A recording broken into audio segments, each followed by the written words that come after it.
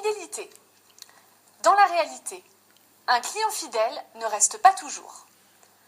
Martin et Juliette sont en couple depuis 2 ans maintenant. Cependant, un jour, Martin rencontre Sabrina sur son lieu de travail. Il décide donc d'inviter Sabrina à aller danser. Martin est tout content quand il apprend que Sabrina veut bien aller danser avec lui.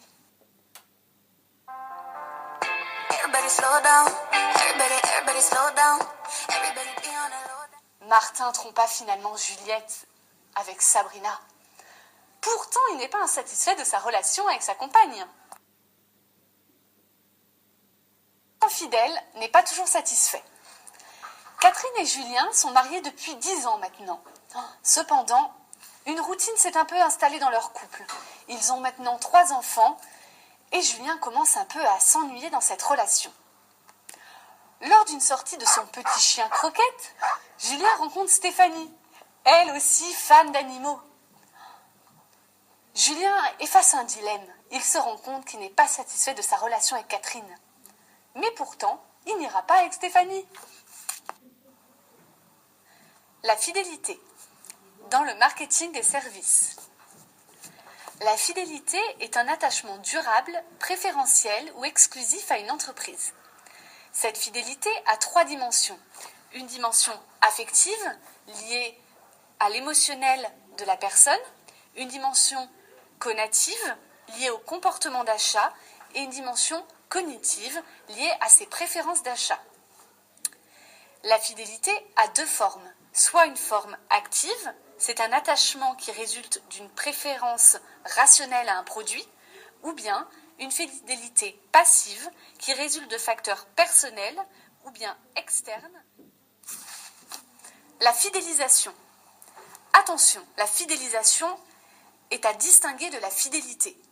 La fidélisation client est la démarche marketing qui cherche à favoriser la fidélité des clients. Les principaux outils pour y arriver sont la satisfaction, qui est le principal outil utilisé, ou bien la priorisation des critères de fidélité. L'entreprise doit analyser leurs besoins et agir de façon pertinente en fonction. Il existe donc 4 types de critères. Ces critères sont actionnés en fonction de s'ils sont accessoires ou indispensables pour le client et s'ils le font venir ou fuir du lieu.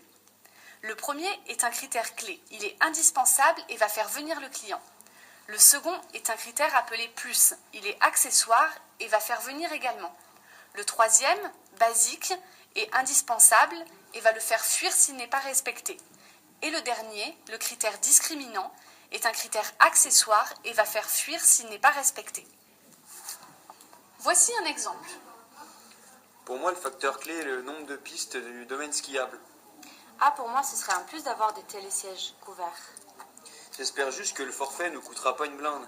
Ce serait discriminant. D'ailleurs, tu t'es renseigné sur la météo ? Non, mais à cette saison, il doit y avoir de la neige. C'est basique, non ? À retenir, les critères de fidélité permettent de savoir sur quel facteur jouer pour fidéliser. Morale du jour, bonjour. Quelle belle chose que la fidélité, quand elle est non pas le fruit d'une obligation, mais celui d'une simple évidence.